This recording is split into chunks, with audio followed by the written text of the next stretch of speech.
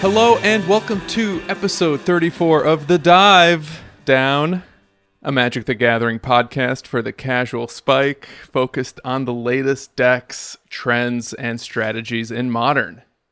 My name is Stanislav here in Chicago, and with me on the line from the beautiful Commonwealth of Virginia, it's our special guest and friend of the show, Ross Merriam. Hey all, glad to be back.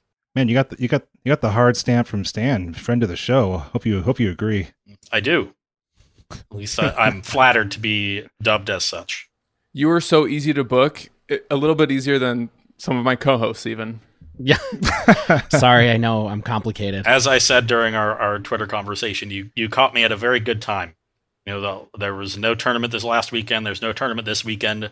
August tends to be a lull in competitive Magic in general. I think August and December are generally the two slowest months of the year. So I'm sort of in the middle of a vacation, as much as you could call my regular life not a vacation. So, yeah, but just a case of good timing. Come relax on the vacation beach of the Dive Down. Also with me in Chicago, freshly back from his yearly pilgrimage to the Rock and Roll Hall of Fame, it's the Godfather, Dave Harbarger. I'm back from the land of pierogies and brats. I'm so jealous. I love going back to Cleveland. Yeah, it was good. I got to go to a baseball game and do a bunch of stuff with my parents, so it's always nice. We did drive both ways. It's about 6 hours each way, and we left after work on Thursday, and that was a little bit crazy. I won't do that again, but, don't drive tired, friends. Last but not least, it's our resident bad boy, the one and only Shane Beeps. Man, being introduced last on the opener is so unique. It's humbling, isn't it, Shane? It's so novel. It's so humbling. I'm glad to be here. Glad to be sitting with you all recording an episode. Why is Shane the bad boy? I'm not. We're just trying something new. Is it more of a relative thing? You know, you two are so good that Shane can't help but be the bad boy. I mean, I am bad at Magic, so there's that. Yeah, that's really what it's all about. The baddest player in Modern, Shane Beeps. Yes. Sounds like somebody plays Merfolk. I just lost to Merfolk 2 rounds ago. That's even worse. He got destroyed by a game one spreading seas and force of negation. That's the only card in the deck that can actually win games. Zach is off this week, but we expect him back next week. On this week's episode, we're dragging Merfolk. Just kidding. Actually, we're breaking down the results of the latest Modern challenge. Then we dive into the current state of Modern and try to find peace in a world with Hogaak. Finally, we wind down with a listener question. But first, let's housekeep. Thank you, as always, to the newest patrons to join the Dive Down Nation. Shout out to Nico L., Matt B., and Michael V. Thanks for the support. Also, special thanks to Starman for increasing their Patreon contribution. That means a lot to us, too. So, glad you like us. We like you, too. Maybe. Ross is unsure, but he can be won over.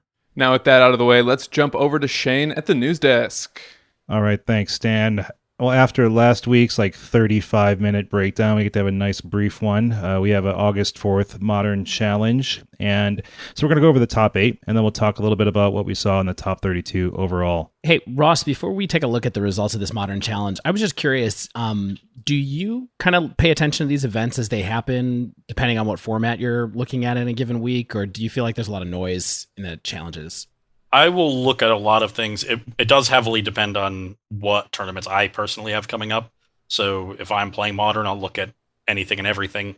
I'm generally of the ilk that any data is good data as long as you know how to use it. And I think I'm pretty good at using it.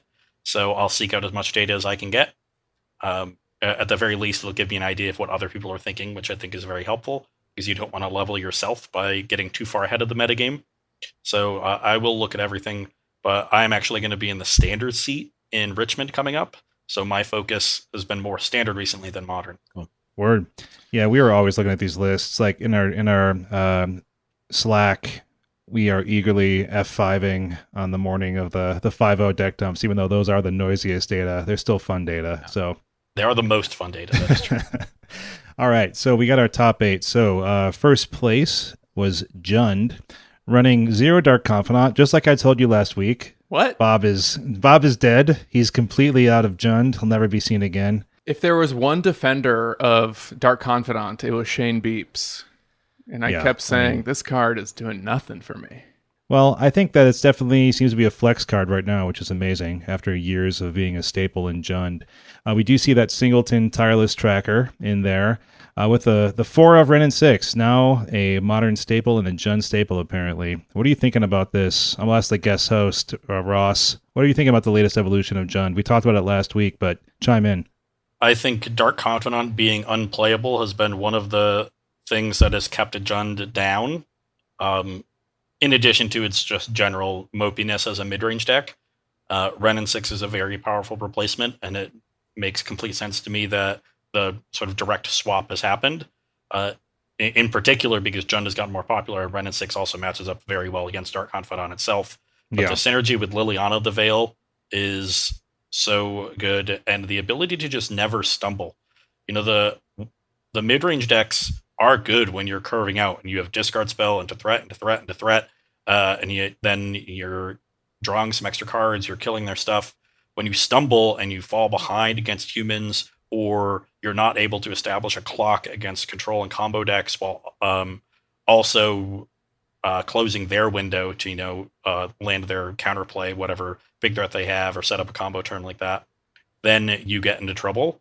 And so the consistency that Ren and 6 provides, in addition to, picking off small creatures, particularly Thalia, Guardian of Thraben, and Noble Hierarch, and then the synergy with the rest of the deck, particularly Liliana the Veil. So that there's nothing that overwhelming, I think, if you read the card in a vacuum. But when you look at the card in context, it's a lot better. And then in combination with things like Nurturing Peatland and Baron Moor that are new additions to the deck that turn Ren and 6 into a card advantage engine, where you're actually drawing a card with its +1, is very powerful. So you don't need a ton. I've seen 2 Baron Moors. I see this list only has 1. That makes sense to me. Nurturing Peatland, not as strong of a synergy piece with Ren and 6, but 2 copies here because it's just a significantly better card overall than Baron Moor is. But I like the mix that this deck has, or this list has. And I agree. I think this is the way that Jund has to be built moving forward. Man, it's almost like you listened to our episode last week, Ross. I think if you go into my Twitter history, you will find something to the effect of me bashing Dark Confidant from like 2 or 3 weeks ago when the bandwagon was just starting. I was an early adopter, despite being anti-Jund in general. It made way too much sense. There's just too much good cheap removal now. Now that 1 mana removal exists in 3 different colors to take out Dark Confidant, so it makes it so much easier for lists to have 5, 6, 7 1 mana removal spells in their deck, and that's not even counting things like Dismember, Oust, Lava Dart, Gut Shot, all these other supplementary role player kinds of removal spells that also tag Dark Confidant. So I am 100% behind cutting that card. Yeah, Stan was mentioning that last week as well. The removal, especially like the one toughness removal, so ubiquitous now. But we got to move on. So going on to second place, we have Sodek showing up again with Hogaak Dredge. He's just proves if you keep at it, you keep entering events, you're good at Magic, you're gonna see some success. He's continually in the top 8s, top 4s of these events all the time. Some things I found interesting about this list, y'all, is there's only 2 main deck Hogaaks, not kind of the 3 that we saw at the MC list. There's no sideboard shenanigans. He moved the Blast Zone to the sideboard as well. So not major shifts, just some subtle shifts, probably based on either his testing or just he's doing some experimentation here in the challenge. Yeah, I mean, very small differences here. Important to note that Sodek did go 6-2 in the Swiss, snuck into the top 8 with a weaker record. This is not a deck that I am impressed with on paper, though it has done pretty well. I haven't played with it myself, but it seems like it is not better than just regular Hogaak. But maybe if there's enough Chalice the Void around, it's certainly better against Chalice than regular Hogaak. So that might be a defining feature. But I don't like the Dredge engine in metagames that are so high on graveyard hate, because the Dread engine forces you to play to the graveyard in your setup turns, whereas the Hogaak deck is playing to the battlefield with cheap creatures.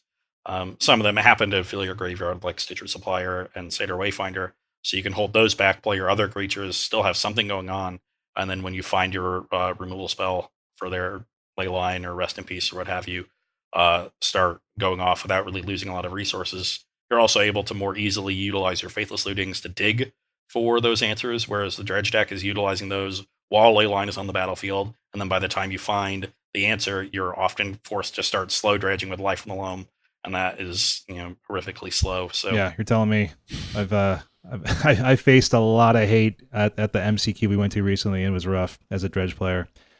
Third place, Sneakerman with Mono Green Tron. He has the Karn the Great Creator package, or they have the Karn the Great Creator package. Otherwise, pretty stock. We see a main deck Dismember and 3 main deck Relics. Trying to fit those in. Fourth place, Izzet Prison. Interesting deck here. Susurrus is a known prison player. It's not really the typical Wurza decks we've really been talking about lately, right? Yeah, it's running 4 Narset Parter Veils to combo with a 1 of Teferi Puzzle Box, which is an engine you use to lock out your opponent from essentially drawing any cards in their turns. And then I think it wins like 1 of 3 ways. Either your opponent scoops on the spot. It also can mill the opponent out by repeatedly cycling the Ipnu Rivulet with a Crucible of Worlds. And then I think the deck can potentially get there in some games by beating down with the Simian Spirit Guide if you draw it late enough. You love talking about this potential win con. Why is it a creature if it wasn't meant to attack? Ross, do you have any thoughts on this deck? I'm curious what you think. You see a lot of decks. Yeah, this is just the War Prison deck that we saw around the time of MC London. This was the end of April. This deck was getting popular that month of April, really. And it didn't adopt this full Narset plan then, but I saw it starting to go in that direction. And then it sort of got interrupted by the release of Modern Horizons and all of this Hogaak nonsense. And it is a Chalice deck. Chalice quite good against Hogaak, against Izzet Phoenix, against several other decks in Modern. So you're definitely in good shape there. This deck is also very good at casting Chalice on turn 1 between Mox Opal that it enables easily with its 4 copies of Welding Jar and 4 Baubles, and 4 copies of Simian Spirit Guide. So you have 8 ways to get that second mana on turn 1. So you're a particularly good Chalice deck, certainly better than Eldrazi Tron is. And then, like the Grixis Urza decks or 4-color Urza decks, it does have the ability to place a main deck graveyard target. This only has the single copy of Tormod's Crypt. The Urza decks usually have a Spell Bomb and a Grafdigger's Cage. Mm-hmm. But when you're locking that Hogaak player out with Ensnaring Bridge, the Tormod's Crypt to buy you some time is generally pretty nice. And that might be one advantage of the Hogaak Dredge deck, is that you still have that burn plan against Ensnaring Bridge decks if these decks get popular. But if people are playing regular Hogaak, which right now they are, then having Ensnaring Bridge and Chalice is definitely a good way to start your prison decks. And then the rest of it, like the Narset, gives you a little bit more game against decks that are going to interact against you, things like Jund.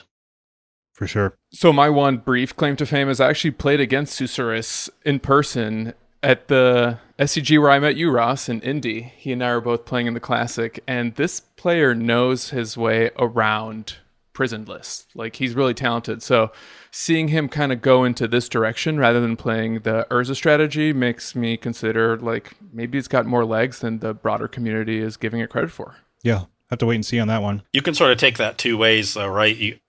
When it's a player who is really well versed with a deck, then they're going to be piloting it well above most people, and that might push it ahead, especially in the over the course of maybe a single tournament or a small handful of tournaments. Whereas when you see a deck starting to succeed in the hands of people that aren't as experienced with it, then maybe you're going to attribute more of that success to the deck and less of it to the player. Tough variables to sort of separate from each other, but something to keep in mind. All right, up next in 5th, we have a Hogaak deck piloted by the Mighty Linguini. It's a 4-color version. It's got 3 Altar of Dementia. Pretty all-in version, right? It's got the Hedron Crab, the Satyr Wayfinder, the Stitcher Supplier. Just trying to, turbo out some Hogaaks here?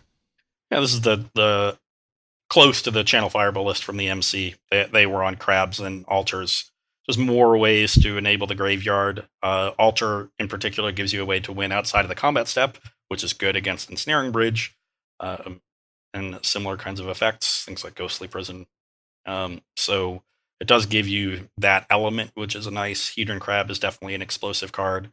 So you sort of trade some of your interaction and some of your mana base, because the 4th color definitely weakens your mana base, That said, Gemstone Mine is pretty nice in the deck. You usually don't need to tap a land more than 3 times. All right, up next we have a Jund Hogaak build, Bow 0470. No altars, no crabs. Got the Neonate Golgari Thug to help fuel the graveyard there. I mean, I don't really know. I don't have enough experience playing these different Hogaak builds to really understand the real difference here. Is it like a consistency versus speed thing, Ross? Like, what do you think? You really adjust a lot of preference on what the last few cards in the list are going to be.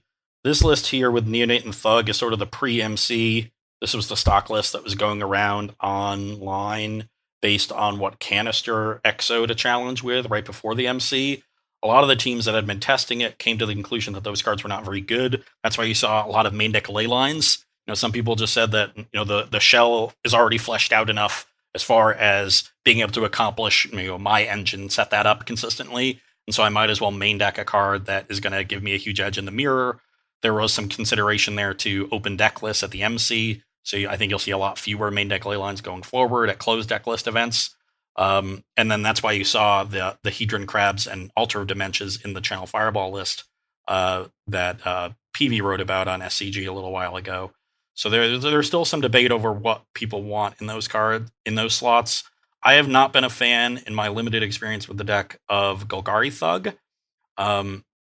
You don't really dredge that often. Sometimes it's nice to be able to just dredge up another creature if you really need to recur Vengevine, but that's about it. And that's a pretty corner case scenario. I have been okay with Insolent Neonate, but most people haven't, so I'm going to defer to them. But this just looks like an older list that maybe they've just been doing well and haven't found any reason to change. Where I would be, I can't really say because I've been focused on standards, so the minutia of the Hogaak deck is not something I've concerned myself with. But you're pretty much thinking if you were playing Modern, you'd be playing some build of Hogaak right now. Yeah. More on that later, everybody. Yeah, we'll talk about that later. Next up, Grixis Urza in 7th. Pretty stock Thopter Sword combo, prison package here. And then 8th place, we have the Mono Red Prowess deck. So it's a pretty interesting spin, right? So it's got no Phoenix for Betty Revs. And only one Blister Coil Weird. I gotta say, I'm a little surprised. Because on the one hand, Phoenix plays with this deck led to some really broken plays that I don't think you get access to with the Bedlam Revelers.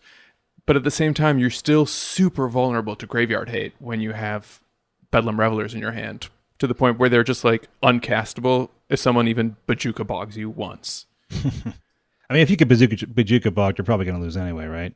Not necessarily. Okay.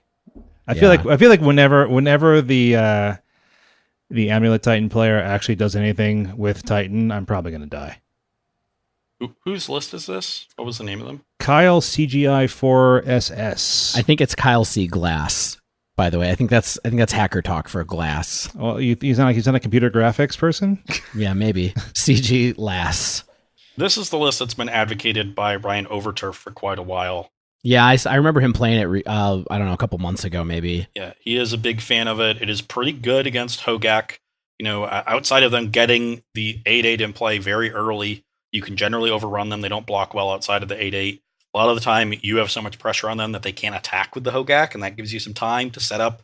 Either go wide around it or find enough burn to kill them, things of that nature. And then, the version without Arclight Phoenix, you need some other thing to give you some staying power going long. He has generally gone with Bedlam Reveler.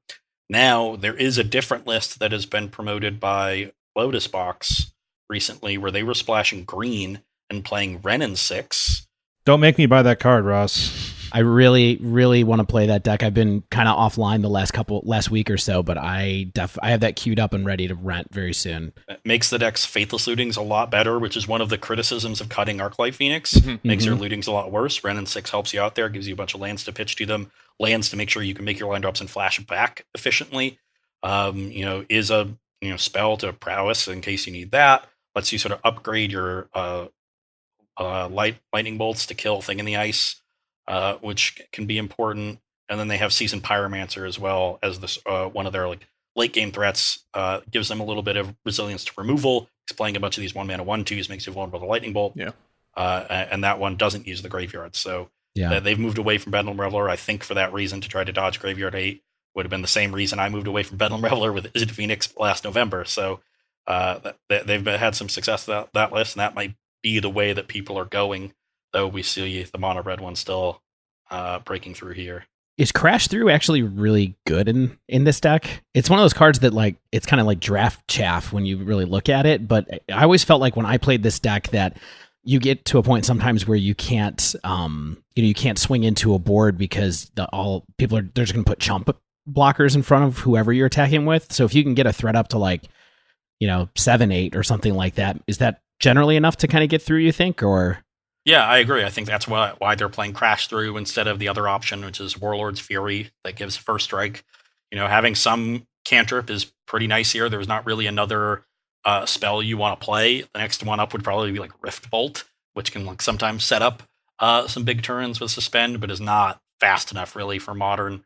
You already have Lava Spike and Lightning Bolt, so the one extra cantrip helps you not only set up those turns where you get the creatures up to 6-7 power, but also ensures that that turn isn't going to be wasted. Because you're right, you can get yourself into battlefields where you have 1 or 2 creatures, you make them really big, your opponent throws away some material to prevent that damage, and you're sort of left with nothing because how you've pumped up those creatures is all card disadvantages. Either burn spells, so you've converted your cards into damage, or fatal suiting, which is putting you down a card. Yeah. I've been tempted by Crash Through. So I've been playing a lot of mono red lately, including like a couple of leagues over the weekend, and there were definitely a couple times where I felt like I was getting my prowess creatures up to 5 or 6 power, and they just had like anything on the board. They had a Hedron Crab on the board, and it's like, oh well, they just gained 6 life or so. But honestly, with the Phoenix version that I've been doing, like, that feels like the only corner case where I would ever want to Crash Through, because the burn spells and the light up the stage seem way more valuable usually. I mean, it's not like you're sacrificing much there. Here, they're generally playing, I don't know what Phoenix lists are playing instead of Crash Through. Aren't they just playing the same things? We still have our spikes and our light up the stages and everything else. Mm-hmm. Yeah, Crash Through seems isolated to kind of the Bliss Recoil weird variants that have just a few more creatures, and they seem to want to beat down with the creatures versus kind of go in the air with Arclight sometimes. It's definitely optional. I guess the Arclight decks tend to have a few more threats because they're still playing some Bedlam Revelers, like something on top of Phoenix. And then they always have 1 or 2 Finale of Promise. That's another big card that they have. Yeah. But again, another card that leaves you vulnerable to Graveyard Hate. Yeah. Yeah, and if anyone listening is not familiar with the modern staple Crash Through, it's just a single red sorcery that gives your creatures trample till end of turn, and cantrips draws you another card. Yeah, so it looks to me here that from this tournament, the meta is broken into basically several categories, which is either the Hogaak decks, sometimes including Dredge. Then you got these decks that want to go under Hogaak. We talked about Mono Red Phoenix, but Burn, Storm, and Izzet Delver were all in the top 32 of the Modern Challenge. Then there's these decks that I think want to go over Hogaak, Amulet Titan, the various Tron variants, even Thalia Stompy, and then the occasional interactive deck like Jund and Blue-White Control. Maybe Prison falls into that category. So we're going to take a quick break now, and when we return, we're going to look at some of these decks that I mentioned and the meta as a whole, and consider how we can make peace with Hogaak in the meta, at least until it gets banned, if it gets banned, and figure out what we can do as casual spikes to be prepared for whatever's to come. Stay with us.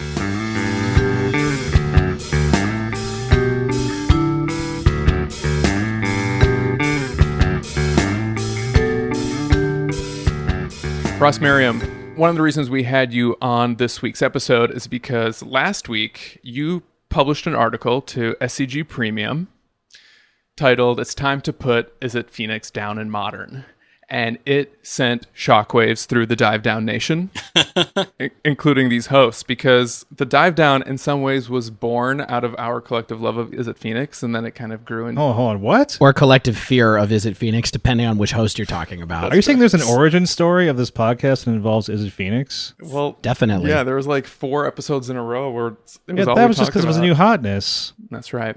And, you know, other things have gotten hot over time, and it feels like, at least your position, Ross, Izzet Phoenix has gotten kind of cold. Yeah, it definitely has. I think it sort of started, honestly, during the first wave of Hogaak, though there was a lot of hype around it. There were some tweets saying, like, The deck's really good against Hogaak, and a lot of hype around Aria Flame in particular as the final piece of the puzzle, because we had spent months waffling between what tertiary win conditions the deck should have, whether it be Bedlam Reveler, or Crackling Drake, or Pyromancer Ascension, or Snapcaster Mage, or Terramander. A lot of different options were thrown at the wall. Most lists had landed on a couple Pyromancer Ascensions. Some people went full bore with 4 copies and less interaction and some Noxious Revivals, and more cantrips. And Aria Flame seemed to finally be the default option unless your name was Drake Sasser. And the deck was very popular at the Team Modern Open in Pittsburgh. I believe the most popular deck in day 2 for teams, though it didn't do that well. I think there was 1 in the finals, and there were a few in the top 8, so it did okay. But I actually played it in that tournament, and both of my teammates played it. So we were a triple Phoenix team. Did not do very well. Did not feel that the deck was that good. Though awkwardly, we played 27 matches in the day, and 0 of them were against Hogaak. But afterwards, after the Bridge from Below ban, when Hogaak reemerged, generally you would feel like, oh, this Hogaak deck got worse. It might still be great, but if Izzet Phoenix was good against it before, it should be good against it now. That I don't think ended up being true, because you were actually Thing in the Ice was actually pretty good against Bridge, but Thing in the Ice is not good against Lightning Axe, and that was one of the cards that snuck its way into the main deck once Bridge was gone, and giving the deck some interaction. And from the Izzet side, you're very dependent on Thing in the Ice in the matchup. So I actually think the matchup got worse. And overall, I just thought Izzet gets worse in the kinds of metagames that are dominated by Hogaak. So did you just kind of wake up in a cold sweat one night, Ross, and just realize, was it all these pieces coming together like the end of Usual Suspects, where you're like, party's over, turn out the lights? I actually fell asleep while watching The Usual Suspects. Oh. You don't know Fair. who Kaiser Soze is? No, he didn't care. I do know, but I didn't actually see it. I just looked up the ending afterwards. I don't think there was a single, epiphany moment. I had just been sort of down on the deck, playing it post Modern Horizons, whether it be in the Bridge metagame or the post-Bridge metagame. And it sort of reminded me, I'd gotten sour on Izzet Phoenix and almost put the deck away one previous time. And it was shortly after the MC in London, where I did not do particularly well in the Modern portion. I think I was 5-5 in Modern and 4-2 in Limited. And that was around the time when everybody was main decking Surgical Extraction, but I just hated Surgical. But it felt like if you didn't, you just gave up such a huge edge in the mirror. Mm-hmm. And then there were these Whir decks that were getting popular, and you kind of needed a Shatterstorm if you wanted to beat them. Tron was one of the more popular decks, and you needed different counter spells to try to beat them. And you didn't have Gut Shot, so Thalia was scary out of humans, and your other bread and butter matchups, Infect's a little scarier when you don't have Gut Shot. So is Spirits, and that matchup's still good, I think, with main deck Surgical, but people really weren't playing it at that time. We sort of got to the point 5 months after the deck first was unveiled that everybody was prepared for it. Nobody was playing decks where they thought their Phoenix matchup was bad, because they all knew that Phoenix was going to be one of, if not the most popular deck in the room. And the ways in which people were attacking it were very diverse. And while Phoenix is good at finding its specific, sideboard cards in a matchup, it doesn't have a ton of space to fit, sideboard cards for a bunch of disparate matchups, because you need a lot of cards that go towards the engine. Yeah, let's talk about, Ross. You kind of have like three and a half factors is kind of, I think, the major headlines of the article, right? And it's kind of, so the reasons that you think Izzet Phoenix isn't right now is kind of the rise of Hogaak, the decline in Lightning Bolt's kind of power, and the influence of the London Mulligan, and maybe some kind of problem cards. So let's kind of maybe go through these individually pretty quickly, right? So one, the rise of Hogaak we all have known and talked about on this podcast. So why do you think Hogaak specifically brings a problem to decks like Izzet Phoenix? So there's a couple reasons. One is the deck does not do a very good job at dealing with Hogaak. Like itself. The card Hogaak is very large. It is both larger than the red removal can kill, and fairly easy to recast post Awoken Horror. And once you recast it post Awoken Horror, bigger than Awoken Horror. A lot of the time, you'll transform an early Awoken Horror, get a hit in. Your opponent will rebuild their board somewhat, be forced to let you get another hit in, and then stabilize. But at that point, they're like 6, and they have to play carefully around another lethal attack, and you just sort of sit behind your 7/8 and set up either 2 bolts or bolt plus Phoenix and things like that just to finish them off. Can't really do that against Hogaak. They have plenty of chump blockers to throw in the way, and then the Hogaak itself is just bigger than your 7/8. So oftentimes they can just recast the Hogaak the following turn, and you don't even get the second hit in, and that frees them up tactically a lot because they have more life to play with. So Hogaak is a problem itself. The second reason is the graveyard hate that fits most cleanly into the Phoenix deck, which is Surgical and Ravenous Trap, are not good against Hogaak.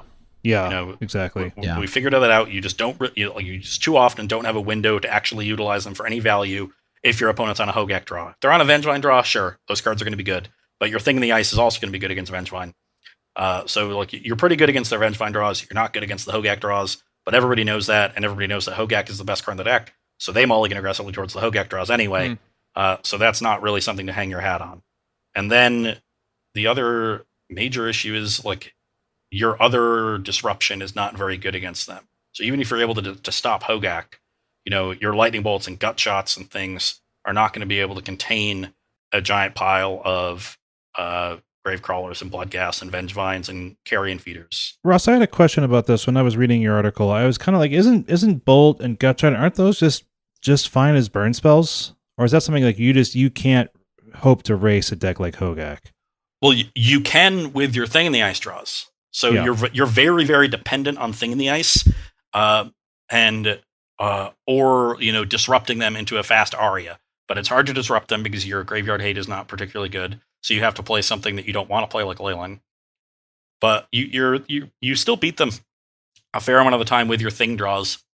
But they have plenty of answers to Thing in the Ice. They're all main decking some number of copies of Lightning Axe. Yeah. Between main and sideboard, they have Lightning Axe, Assassin's Trophy, and Fatal Push. They are not really afraid of any other part of your deck. Trophy also handles Aria, by the way. Yeah. So they can afford to cut away from their engine a little bit and play 5, 6, 7 answers to your main threats, and then get you into this game where you've answered their Thing in the Ice, and now you have to play an interactive game while you're sitting there digging for another thing or digging for an Aria. Maybe you're lucky and you get to clock them with some Phoenixes. Those are games you can win too. But you're usually just hoping to stick a turn 2 thing and transform it on turn 3 and then figure out a way to win from there. But because Hogaak is an 8/8 and pretty easy to recast after you bounce their board with Thing, because often you're bouncing, when they cast their turn 2 Hogaak, it's usually off of turn 1 Stitcher's Flyer, turn 2 Satyr Wayfinder. Turn 3, they can recast both those cards, mill over what they need to delve, recast the Hogaak immediately. So, their bread and butter draw of those two into Hogaak, Thing in the Ice doesn't really do much against. So a lot of the changes from the bridge build to the current build were quite bad for Izzet Phoenix. I think you were significantly better at beating the bridge builds. And I've heard plenty of people say that the bridge ban actually just forced people to build their Hogaak decks correctly. And they think even if bridge got unbanned tomorrow, people would still play builds that look more like the ones we see now, which might be the case. I don't know. I don't have enough expertise here to say that one way or another. But I don't think it's unreasonable. Can't wait for that article from Ian Duke to be like, oh, hey, this is banned. Hogaak's banned, but Bridge from Below is totally unbanned, guys. Sorry. Yeah. That would be fine. I own a set of bridges. I'd be okay with that. And kind of the last thing you talked about in your article, at least kind of last big bullet, was the influence of the London Mulligan. And this is kind of something that we talked about when the London Mulligan was sort of being tested and when we were testing it. And I think we kind of mentioned, I think we were kind of on the record saying that, decks like Phoenix didn't really seem to get the same benefits that other decks did, where Phoenix seems to kind of want to have just cards. Right, you're not looking for a specific set of cards necessarily. Just cards are good resources for a deck like Phoenix versus many other decks. They're going to mulligan to the 4 cards they need, right? So is that something you think that Phoenix just is going to lose a few percentage points because they don't get the same advantages of the London Mull? Yeah, that is the current thesis that I'm working under, and I think while that might not seem like a lot, if you really consider it, it ends up, adding up, because this is percentage points almost across the board in Modern. when you think about something like the Rise of Hogaak, 20% of the field's playing Hogaak, and it's a matchup that is not very good for you, but it's not, abysmal. Let's throw out an arbitrary 45% number. So we've added this 45% matchup, and that's taken over 20% of the metagame. But honestly, it's replaced a lot of what Dredge was taking up before. That was an unfavorable matchup, and maybe some other ones, that might be a little bit better than Dredge. How many, how many percentage points in an average metagame are you losing from the rise of that? Pretty significant. But when you consider, is it a full 2 or 3 percentage points, which is what you might be losing against virtually every single deck because of the London Mulligan, especially things like Tron, things like Dredge and Hogaak, those linear decks, which are what, those are the decks that we've struggled with as Izzet Phoenix players. Everybody likes to think of Izzet Phoenix as this sort of like busted linear graveyard deck, and that's not what it is at all. It's more of a mid-range deck, just a very powerful one with a strong proactive game plan. But the reason that I put the deck together and played it in the first place was that metagame in November was a lot of humans and a lot of spirits. Mm-hmm. And so I main decked 3 copies of Gutshot, and they were great. People were still playing things like Hardened Scales then too, and Infect. And so the Gutshots were incredible. They were killing things all over the place. Having 4 main deck bolts and lightning axes and Gutshots and eventually Flame Slash, or just having 8 or 10 removal spells in your main deck was well positioned. They're not well positioned right now, but what we have instead is a metagame of these linear decks that are bad for you, but they're promoted by the London Mulligan. So there's the losing percentage points across the board, and also the way the London Mulligan has shifted us more towards a linear metagame. And the linear metagame is one where mid-range decks, or at least mid-range decks that don't have a ton of disruption, like maybe Jund, although Jund hasn't done very well either, are going to suffer. So, it's tough to say right now because I think everybody thinks Hogaak is going to get banned at the end of this month or the beginning of next, whenever the next announcement is. Yeah, it's like 3 weeks or something. The 29th. Yeah. Yeah, and it's hard to judge exactly, how big these factors are individually, because right now we're seeing the confluence of all of them, and they're all working in Congress together to suppress Izzet Phoenix.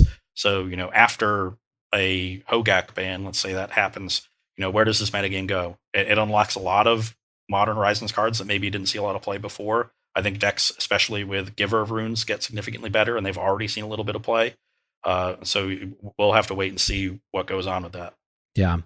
I mean, I think it's interesting because I think that there's a sense of the those of us on the podcast kind of, and I think a number of the people that we talk to as far as like our listeners go, that there's been a real sea change in Modern. And I think the idea that you brought up about it being time to put down Izzet Phoenix is maybe emblematic of a lot of things going on in Modern at the moment. And so I think we might want to kind of transition to talk a little bit more about, if we could have a discussion about kind of the Modern metagame at the 10,000 foot level, especially when it comes to things like what you just mentioned as far as unlocking cards in Modern Horizons go, and also the London Mulligan's kind of long-term effects on Modern in general, and kind of where we go from here. I think one of the things that's super interesting, the question I was going to ask everybody was just kind of, if this is a symbol of what's going on in Modern, then kind of what are the symptoms really? And in some ways, I have kind of one thing in mind in particular is that Modern Horizons and War of the Spark are really kind of redefining the format in general. And I think that one of the best sources of data I've seen from this is from the Magic Elo project, which has been tracking like the number of cards from individual sets that show up in Modern 5.0s. I've talked about this previously. Modern Horizons is up to 97 cards from the set have showed up in Modern 5.0 lists. And War of the Spark has had 64 cards show up in Modern 5.0 lists at one time or another. Now, it's not really a way to get to format staples necessarily because any card shows up. But in the case of Modern Horizons, it's almost 40% of the set has been in a Modern 5.0 list. And War of the Spark, it's almost 25%. Just insane. Those numbers are crazy. Is there a benchmark to compare those numbers to?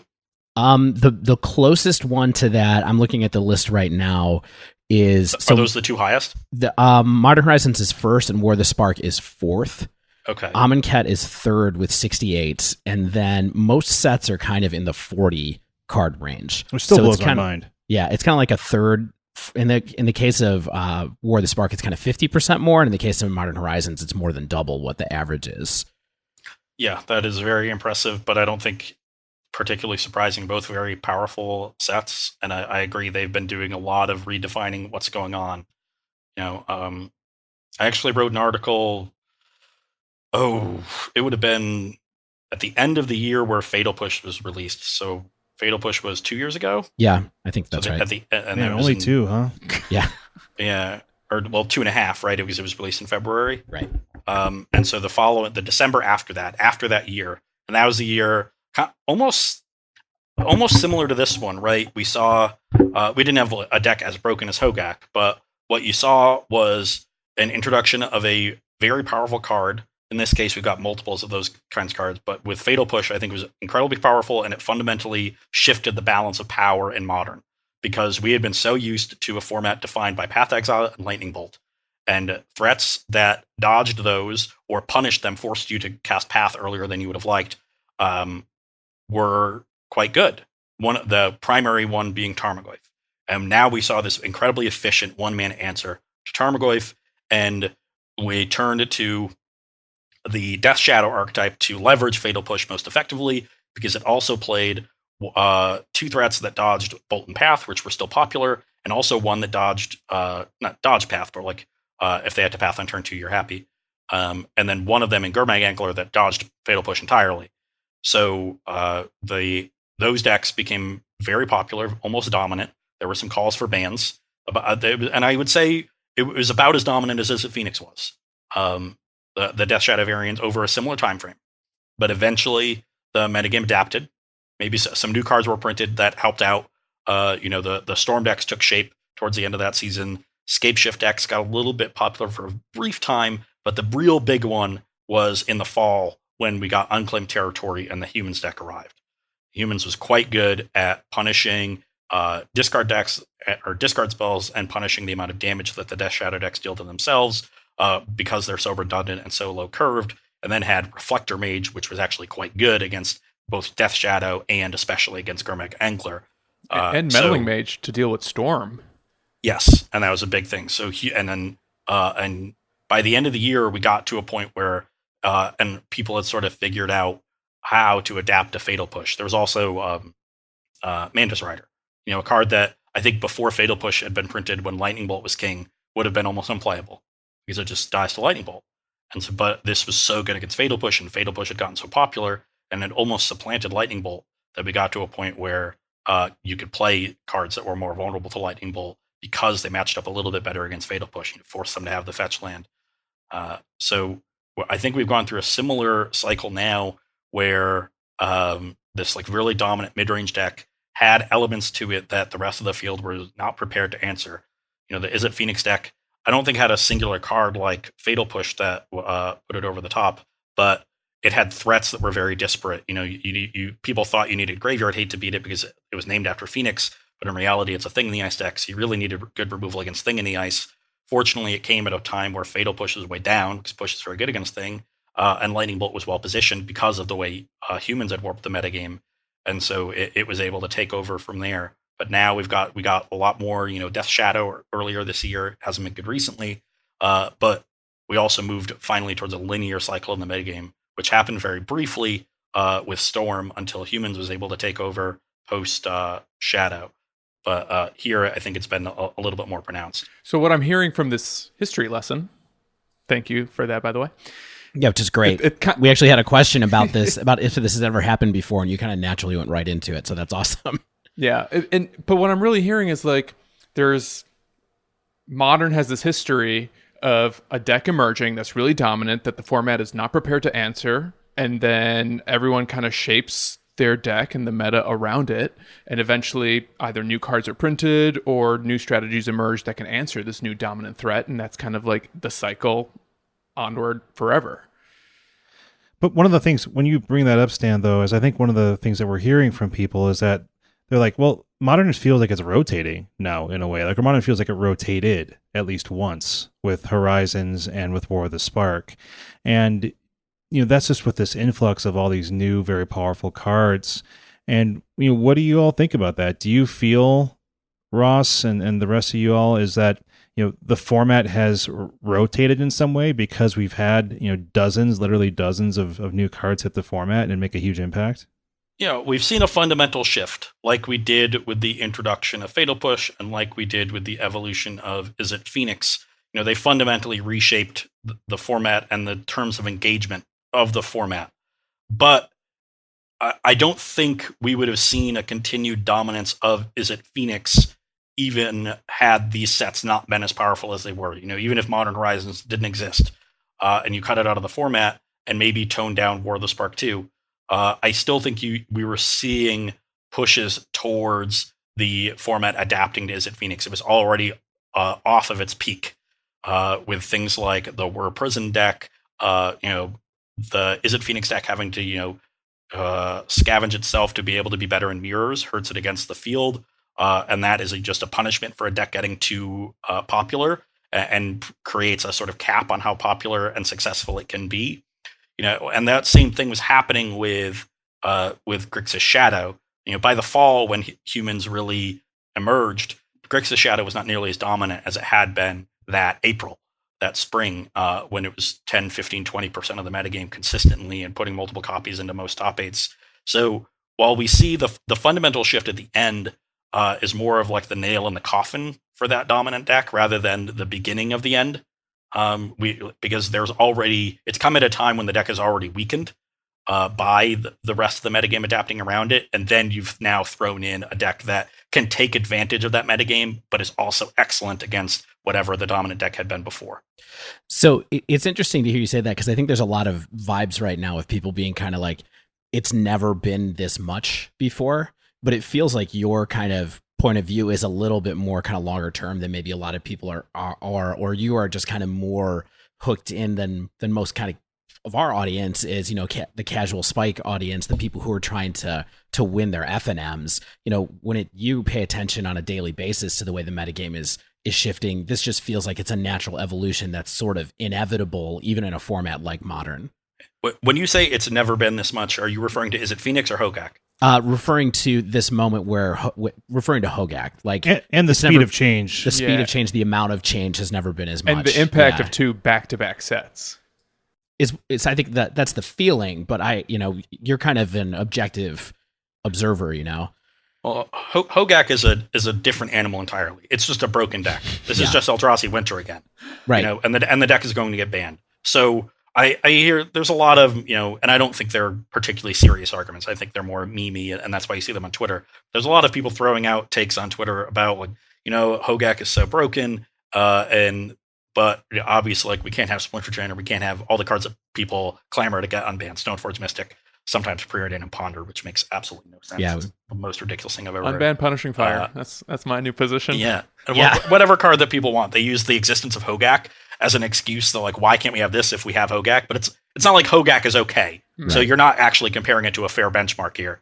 Compare it to Izzet Phoenix, compare it to Grixis Shadow 2.5 years ago. Compare it to humans. Those are the benchmarks that you should be comparing it to, because those are decks that have been the top deck in fairly healthy Modern formats. And I'm of the ilk that Modern has been very healthy ever since that banning of Probe and Grave Troll, the rebanning of it, and the printing of Fatal Push. I think from that moment, which has been about 2.5 years now, with the exception of this recent Hogaak printing, Modern has been a balanced and healthy and fun format, and very successful towards Wizards' goals and what I think their goals should be. There have been different periods where certain decks were really popular and really dominant. I think the 3 that I just mentioned, Humans, Phoenix, and Shadow, there was the banning of Ironworks. Oddly enough, Ironworks never really entered that 10 to 20% level. And that's generally because people shy away from decks like that. But we recognize that they're broken and we ban them anyway. For sure.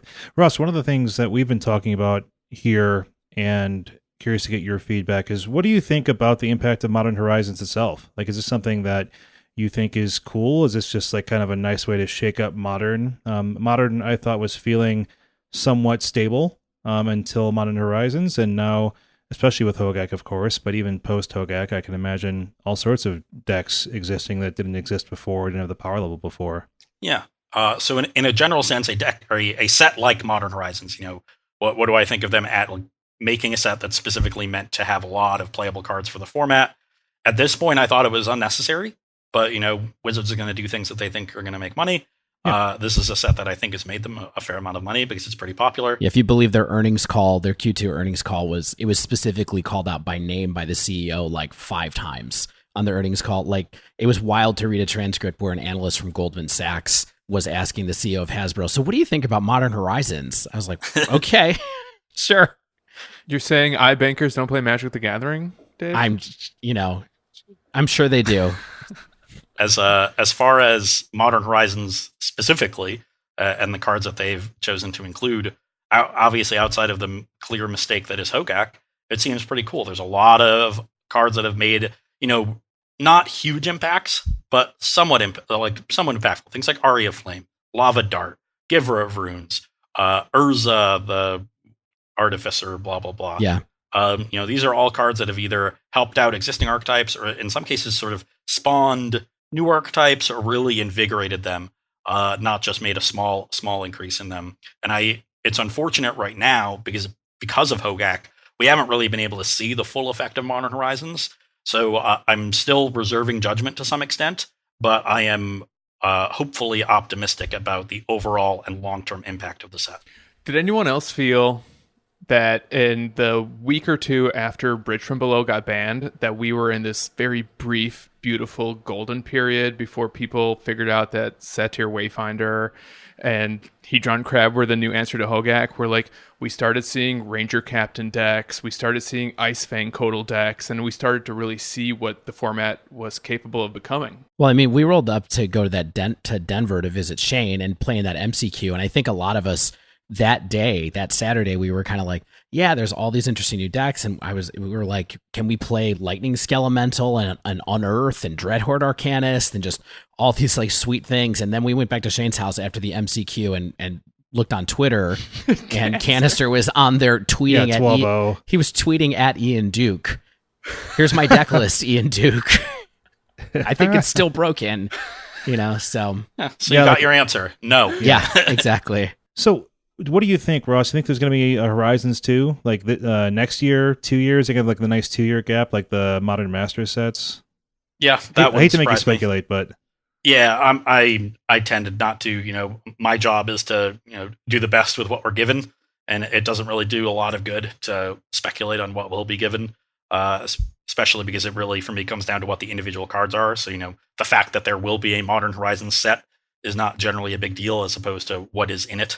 But based on the financial response that they've gotten, that's the biggest feedback that they have that they'll work with. It seems positive, so I would not be at all surprised and generally be expecting a Modern Horizons 2. Yeah, I think the only thing that's going to prevent it will be fatigue.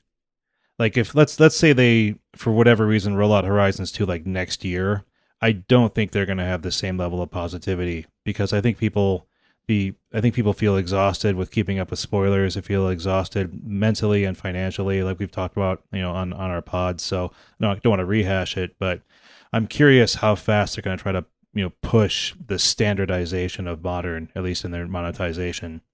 And I think if they're going to have to look at what the response is to this core set, because I have to imagine that the response was diminished based on the hype that was existing around Modern Horizons and the very short, turnaround time between those two sets.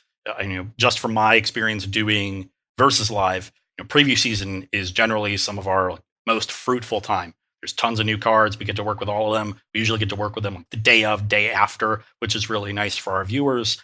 And we've grown used to that and really look forward to preview seasons. But we had so much to look at with Modern Horizons, and people were really clamoring for it, that we went straight up until the week that everything was, the set was fully previewed for Core Set 2020. That gets released on a Friday, the full set list. That following week leading into the pre-release was the first time we had played with those cards. And we felt like we barely knew what the cards were. We had no time to look at them because we were so focused on Modern Horizons. There was the Team Modern event around that time at the end of June. And the turnaround was so fast, we barely got to look at them. And on top of that, we didn't think that we were really losing anything. I don't think our audience was that excited about Core Set 2020. I think they were still just clamoring for Modern Horizons, at least until everybody figured out Hogaak. So if they see a very, a reduced, financial return from the Core Set 2020 release, then maybe you have to look at those two things in concert. How did the three sets, War of the Spark, Modern Horizons, and Core Set 2020 compare to the two sets they released the previous year, and then see how much better adding the Modern Horizon set did versus how much money they invest in designing all the cards and printing everything. So that might be the way they have to look at it. And obviously I'm not privy to things like that, but I could definitely see them looking at that, coming back from the high from their quarter two return, saying, maybe this wasn't as good because we really just sort of scavenged some of what we would profit from the core set and put it into this other set, and we really weren't gaining anything on the aggregate. And if that happens, we'll see a little bit more lag time as they sort of try to suss out maybe a better way to space these sets, because they don't have to space the four sets out evenly anymore, right? Big as the MCs, they can just schedule anytime. They're not linking them to sets anymore. It might make it awkward for standard to have certain sets, have less time between them, but a month or two here is probably not going to make a huge difference. Yeah, here's hoping they schedule more MCs, right?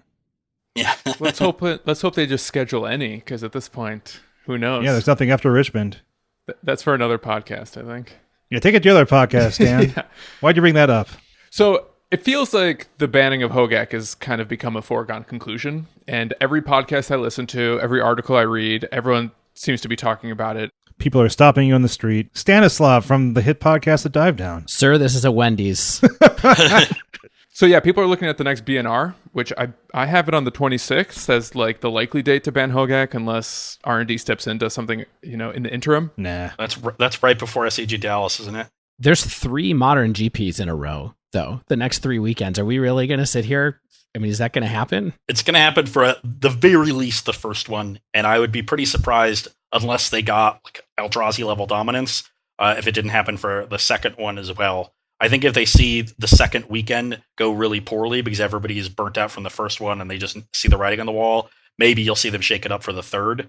But there's a hard cap on linear decks that you don't see with non-linear decks that achieve a level of dominance. There's a reason that in the history of Magic, the decks that have the highest percentage are Eldrazi and Cawblade, and not things like Dredge and Hogaak and KCI.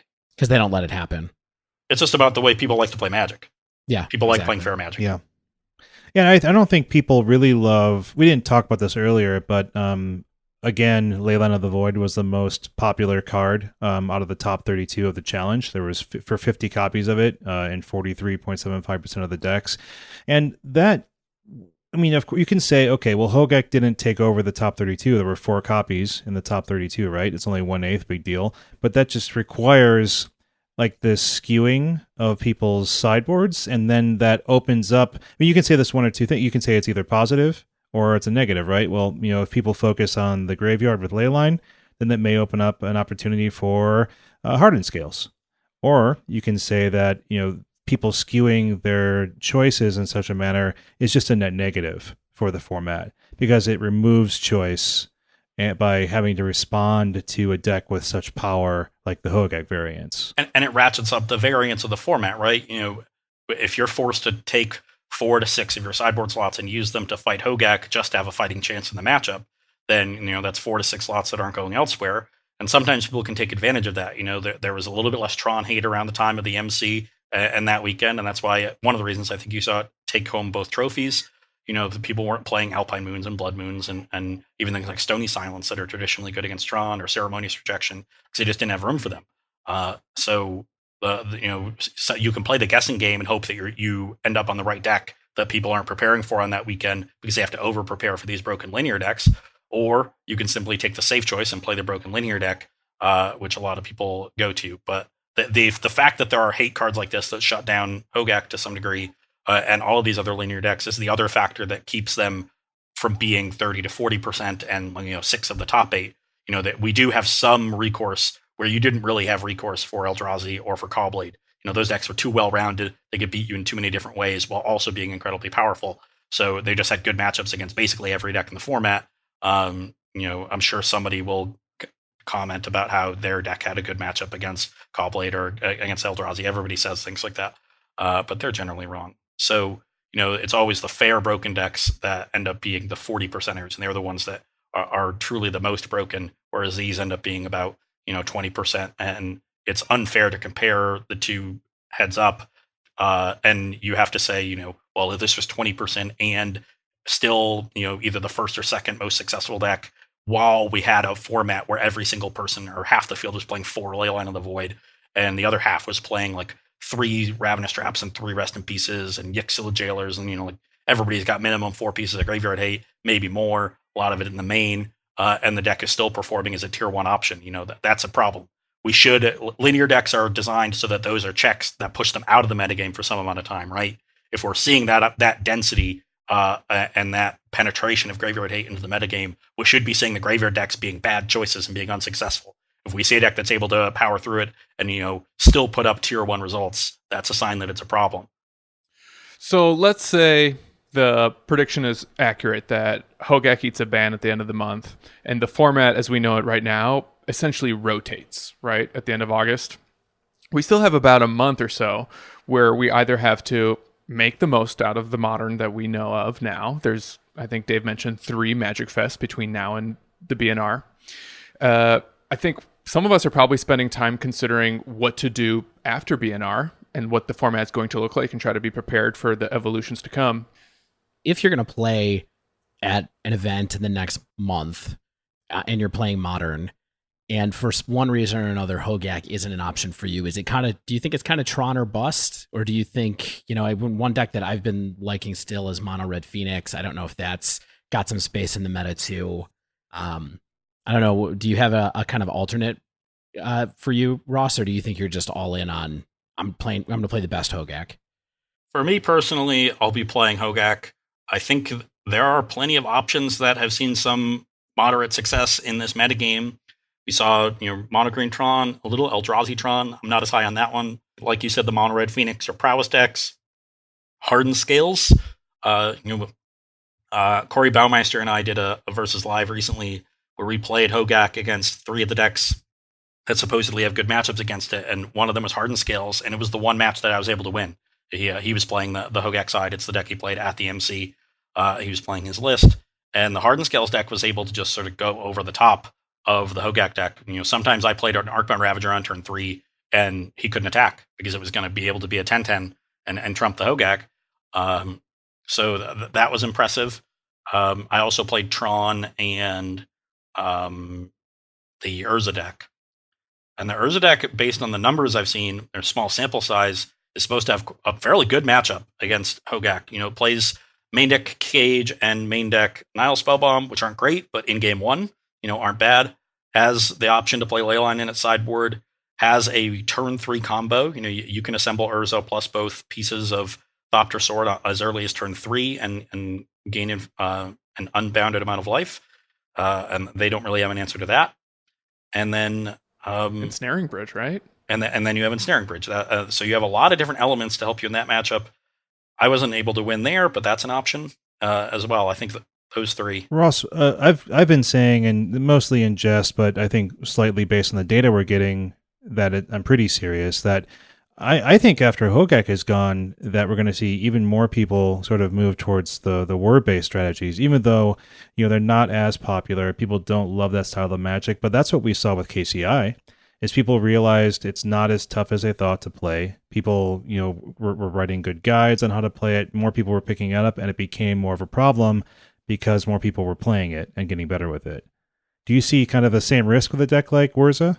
I think you have your causations a little bit backwards. That's fair, and that's a problem for Urza. So with the Ironworks versus War Prison decks, I think what happened was Ironworks was obviously an excellent deck that was too powerful, and it got the axe. After that, the cards that people were playing to beat it, the Stony Silences, the various pieces of Graveyard Hate that were good in the matchup. I had one Leyline of the Void in my Phoenix sideboard to help there. And Ceremonies Rejection, anything like that. We saw them diminish as people were more preparing to beat things like Burn. That was rising at the time because of Light of the Stage and Scare the Critics and whatever else was in the metagame, because it felt like, that was a hole that or that you no longer needed to fill because it got banned. And that actually opened up the War decks to be a little bit better. The same way, like once Hogaak, if/when Hogaak gets banned, I expect Dredge to be a pretty good choice the following week as people finally say, oh, I can cut down way down on all this graveyard hate, and then you can take advantage. That's what I was hoping for after Bridge. Yeah, and I think a lot of people were looking at that. I think you saw a good amount of Dredge in that week, and some people leave it in, a lot don't. And I think that helped out the War decks a lot, though they were good for a time.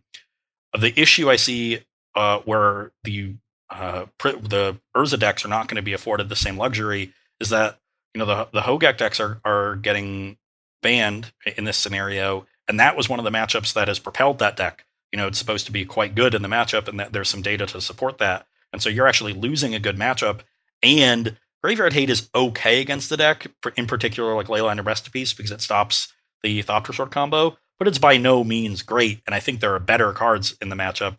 Stony Silence is quite good. That's not a card we're seeing really any of right now, and a card that could really pick up in a post-Hogaak metagame, because there's still going to be Tron, there's still going to be Eldrazi Tron. It's not great in that matchup, but it's serviceable. And you can see better options come to the forefront to help people defeat the War deck. So you might actually see that deck decline, and then sort of a metagame shift around something else that was either suppressed directly by Hogaak or just didn't match up well against the decks that beat Hogaak. Yeah, I want to talk a little bit about that.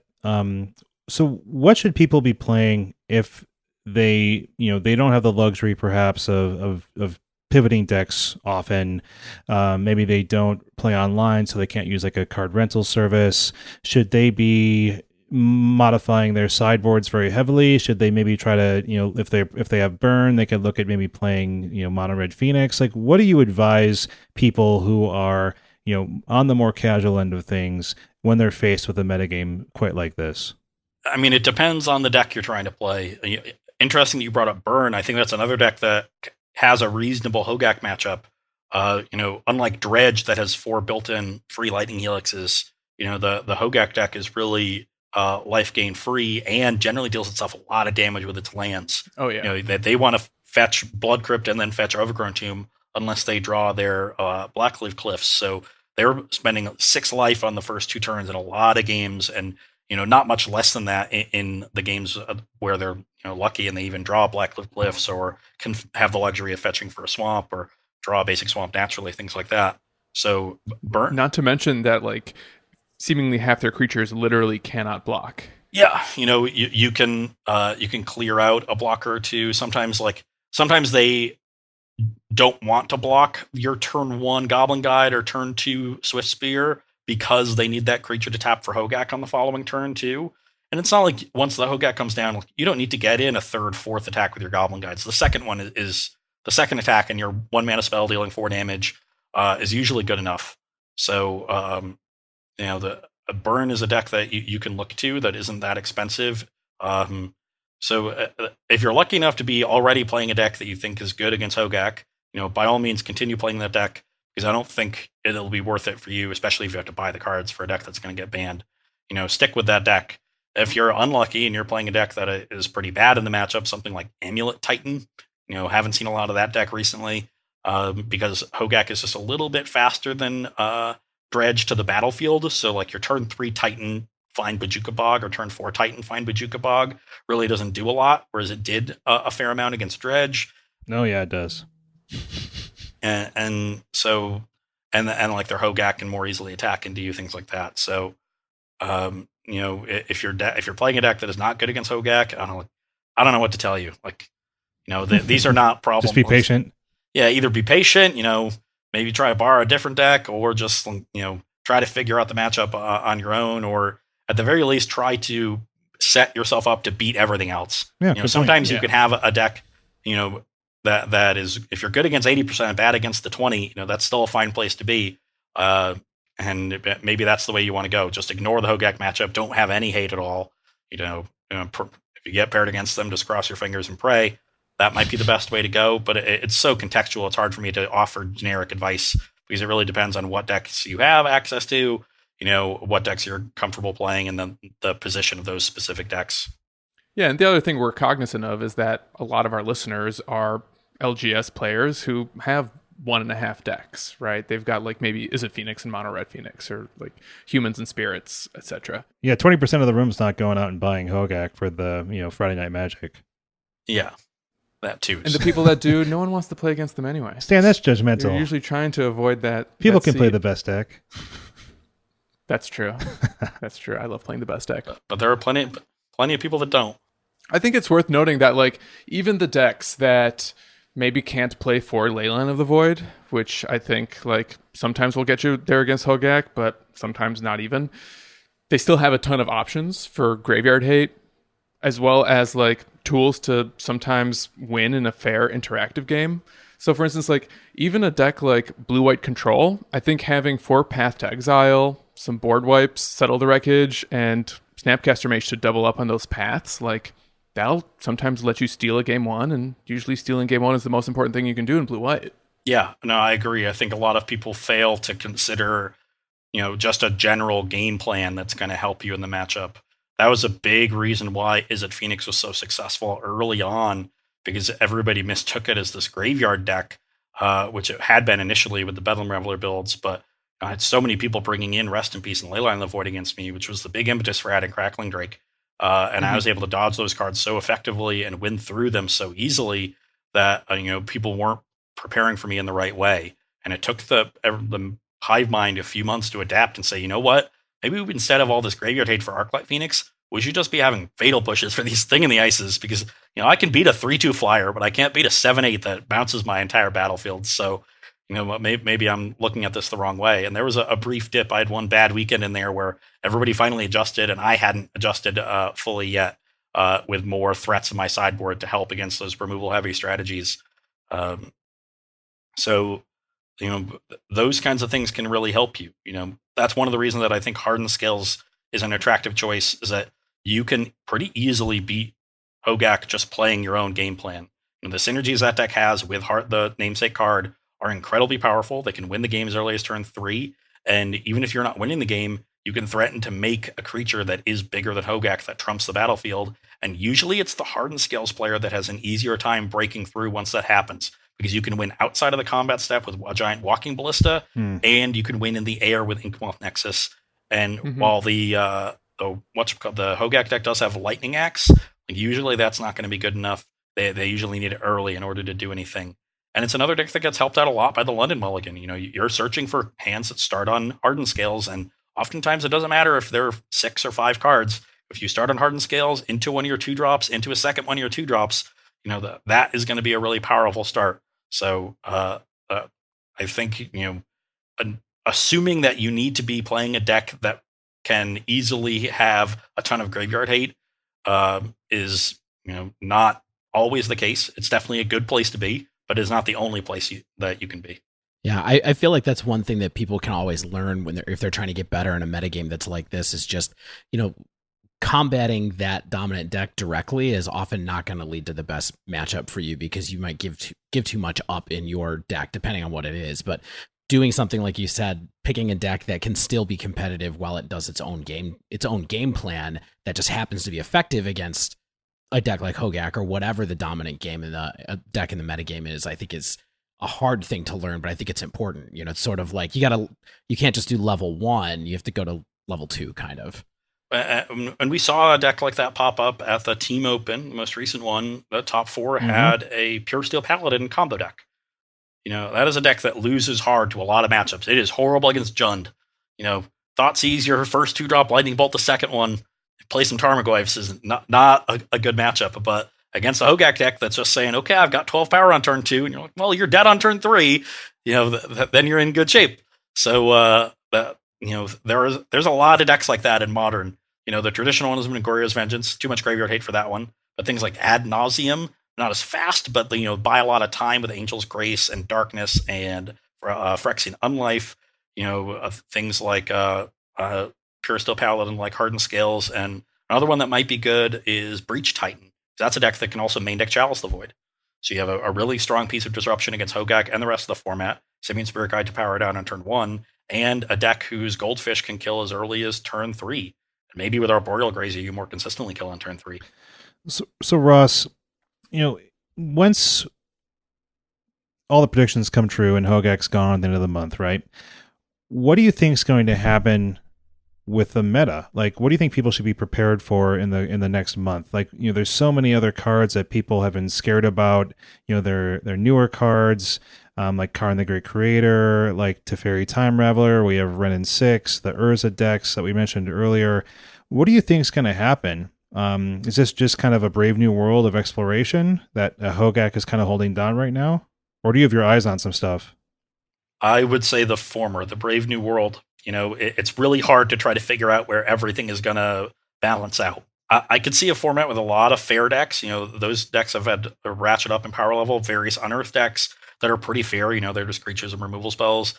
Things like Jund have gotten a real shot in the arm, maybe like Mardu Pyromancer with the flashback Lightning Helix, those kinds of fair decks. But in that world, Tron, which is already seeing a small resurgence, could be very, very good, though I think its matchup against fair decks has diminished recently with things like Assassin's Trophy and Field of Ruin. And in particular, like one of the reasons I think Tron has gotten better in a Hogaak metagame is the fact that Surgical Extraction is bad against Hogaak. So we've seen people abandon their surgicals and play harder graveyard hate, but now they don't have that easy sideboard strategy against Tron, where they have their trophy, have their Field of Ruin to go along with Surgical and cut you off Tron for the entire game. Instead they're unable to do that, and Tron is able to enact its same game plan and have a similar matchup that it had against fair decks for 5 years in Modern. But in a post-Hogaak metagame, if they're able to do that, Tron might end up getting worse. So there's just too many variables to take into account. I do think the Urza as a card is really, really powerful. So even losing in a good matchup, the Urza deck could be quite good. But there's plenty of tools to deal with that. I think Azorius Control is another fair deck that could get more powerful. If I had to peg something, I think the metagame would get pretty fair, because I think the fair decks have gotten a real shot in the arm from Modern Horizons, and we'll enter, we could enter a Modern metagame like we saw 5-6 years ago, where it was like Pod and Jund, and there was Twin around, but Twin is kind of a fair deck as far as combo decks go. We could see a metagame with Jund and Izzet Phoenix and Mardu Pyromancer and Azorius Control being near the top, and then humans still around. Is Giver of Runes really good against those decks? Unclear to me. But it seems to me that the power level outside of Hogaak within Modern Horizons was placed into cards that encourage more fair creatures and removal spells and card advantage type of gameplay than it was placed in huge synergy pieces. Although Urza is kind of a synergy card; you have to build around it. There's a few things like that, but nothing as blatantly linear as Hogaak is. So if I had to guess, I would say we enter a modern metagame that most people would call like a golden age. For me, it'd be about the same. Well, I mean, for you, it's totally different though, right? Just because, since you're a professional, you adapt to, the prize for you is adapting to whatever metagame exists and kind of pushing forward. It's different for people who don't get to play all the time or have different goals out of their play, right? Yeah, my relationship with Magic is a lot different than most people. So the average Magic player, certainly much different than the majority of my readership.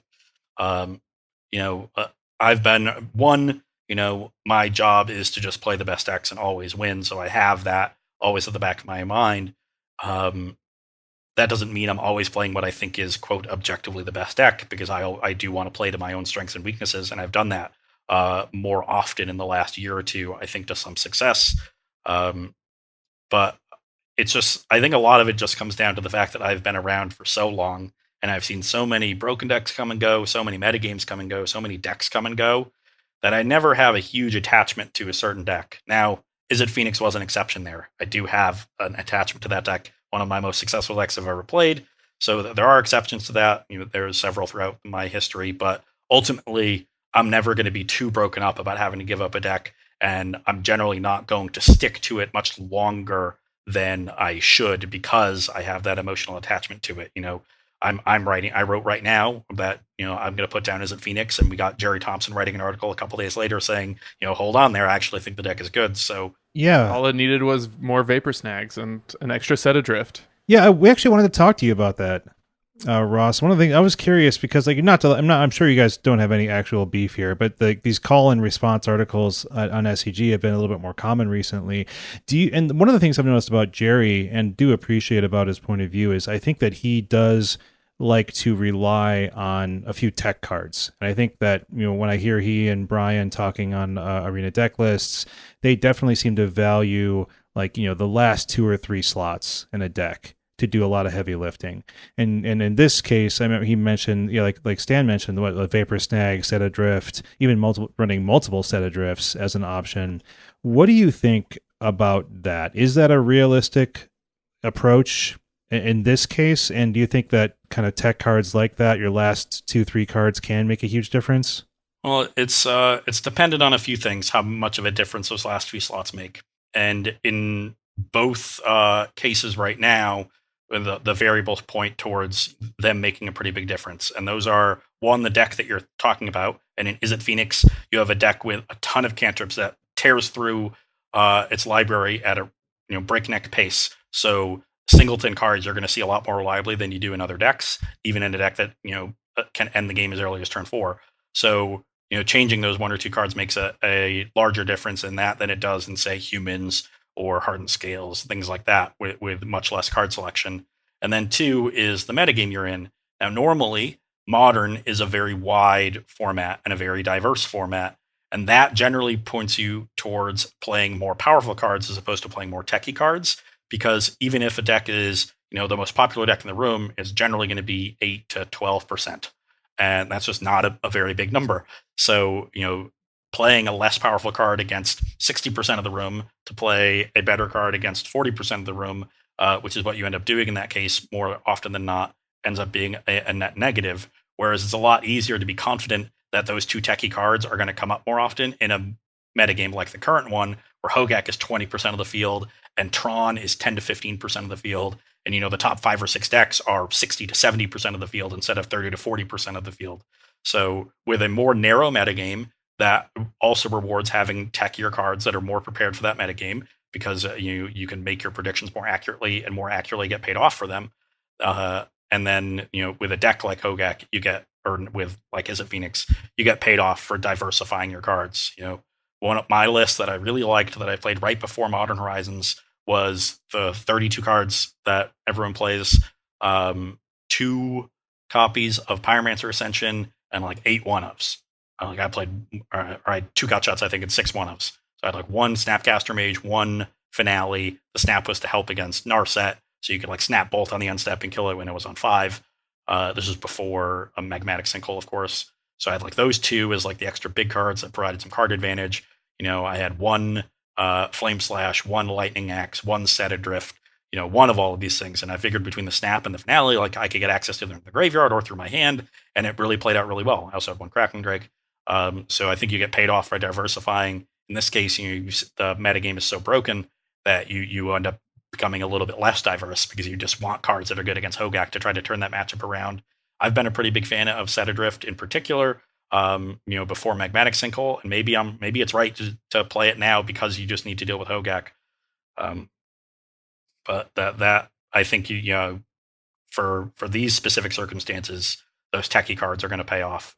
I wonder if other decks can start considering looking at specific tech cards to deal with a super dominant deck like Hogaak. For instance, I wonder if people who are playing either 5-color humans or trying that Jeskai humans brew that we saw briefly in some 5.0 lists, whether they should be playing Path and Vapor Snag or other tools like that, or spirits for that matter, other tools like that are more designed to adapt to a very specific meta without necessarily diluting their game plan, but kind of changing their interaction suite because they're cognizant of what's around. But at the same time, part of me just thinks you have to make those decisions based on what you're going to see at your store or what you're expecting to see in your community if you go to a PTQ or an MCQ or whatever. I agree that it's time to start thinking about doing things like that. It is harder to make changes like that in a deck with less velocity that sees less of its cards in an average game like Humans does, because in order to get the benefit, you have to change more of your cards, and then you're losing a larger edge against the rest of the field.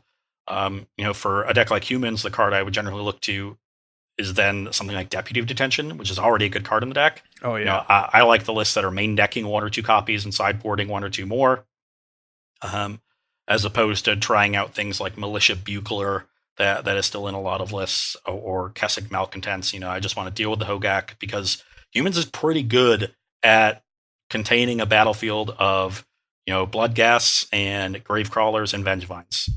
You got a counter on your Thalia, you got a blocker for a Vengevine. You can make a 5/5 pretty easily. That blocks a Vengevine. Making a bunch of 3/3s, that you do with the first Thalia's Lieutenant. So that handles a lot of the rest of it. And then your Mantis Riders, clock them in the air. Yeah, that was the recipe against Dredge, and it worked pretty well in that matchup. So, you got Auriok Champion on the side too, which is probably okay in that matchup as well. Yeah, that's a solid card. Unfortunately, does not block Hogaak effectively because, they gave it a million keywords. But right. Yeah, that's another option. Those are all cards that have already seen play in the deck. You just want to move towards those cards and rely on them more heavily, increase their numbers as appropriate, rather than look towards less powerful cards. You mentioned Path to Exile. I think that's a solid one if you're playing a Jeskai list that has available white mana, and that's probably a card those lists are looking towards, because that's one of the big things that you gain in going towards a mana base like that, is the ability to cast spells that cost colored mana. And Path is certainly one of the most powerful ones. You know who can play Path to Exile? Esper Control. You keep hoping, Stan. Yeah, every time some fringy graveyard deck takes over, I just want to play Kaya and main deck now Spellbomb along with Path to Exile. The week before Zach Allen top 4'd at the Open with Esper Control, I was on Versus Live and somebody just asked a question. And it was what needs to happen? Or maybe they asked specifically how many cards need to be banned for Esper Control to be good. And I asked them how many cards are on the banned list. Because I just, there is no way that deck is ever good. I had this long-winded explanation about it, and then Zach goes and top 8's the tournament. And comes in second. Yeah, somebody... the next week, asked a follow-up question. I didn't even remember the original question. To me, it was just a normal thing, a one-off. And I was like, oh yeah, I did say that. Oops. But it's never done anything since. Zach Allen is a proven control master. So, him doing well in a tournament exactly once, I don't think is a huge sign. So, but I certainly looked for a minute there like I had an egg on my face. All right, we're going to take a quick break while we reminisce about that one time Ross was wrong. And when we come back, we got a wind down with one, maybe two, maybe more listener questions. Stay with us.